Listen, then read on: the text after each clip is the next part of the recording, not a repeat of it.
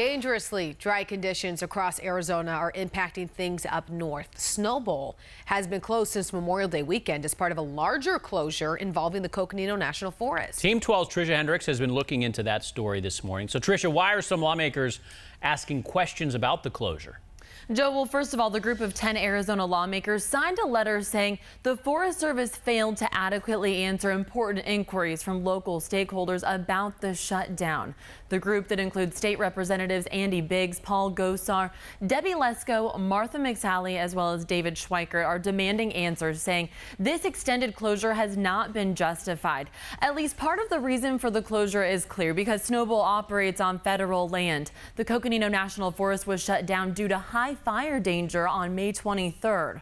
The National Forest announcement a week earlier wasn't clear on just how long the closure would last. That's according to a summer operations update on the ski resort's website.